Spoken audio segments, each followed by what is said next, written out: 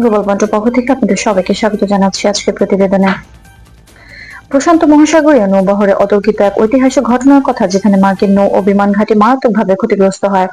ডুবে যায় আমেরিকার 4টি যুদ্ধজাহাজ এবং 2টি সামরিক পরিবহন জাহাজ। ক্ষতিগ্রস্ত হয় ফ্রিগেট, ক্রুজার, ডেস্ট্রয়ার ধরনের আরো 10টি যুদ্ধজাহাজ। ধ্বংস হয়ে যায় 108টি বিমান এবং প্রাণহানি ঘটে 2403 জন মার্কিন সেনার। প্রায় 85 বছর আগে সেই ঘটনার স্মৃতি এবার নতুন করে আলোচনায় এসেছে। সম্প্রতি একটি প্রকাশ্য অনুষ্ঠানে সাবেক মার্কিন প্রেসিডেন্ট ডোনাল্ড ট্রাম্পের ঐতিহাসিক ঘটনাটি নিয়ে মন্তব্য করেন, যা আন্তর্জাতিক পরিসরে ব্যাপক প্রতিক্রিয়া সৃষ্টি করেছে।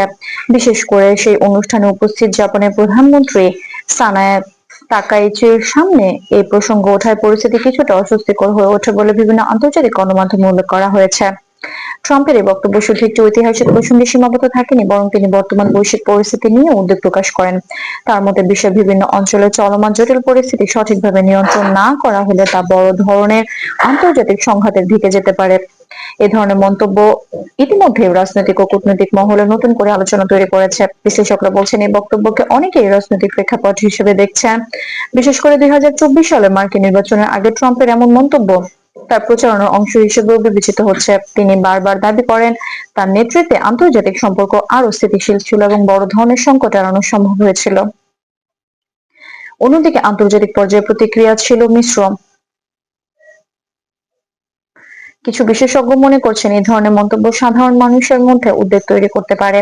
আবার অন্যরা বলছেন, এটি রাজনৈতিক বক্তব্য যার বাস্তব পরিস্থিতির পুরো চিত্র তুলে ধরে না।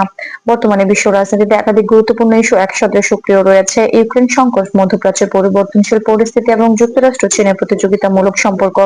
তবে এখন পর্যন্ত বড় শক্তিগুলোর মধ্যে সরাসরি বৈশ্বিক সংঘাতে জড়িয়ে পড়ার মতো পরিস্থিতি তৈরি হয়নি বলে অধিকাংশ বিশ্লেষক মনে করছেন।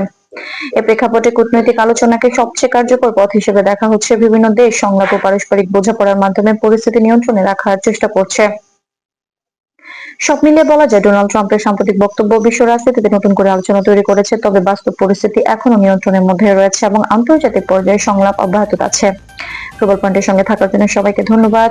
আরো আপডেট পেতে আমাদের চ্যানেলটি সাবস্ক্রাইব করতে ভুলবেন না।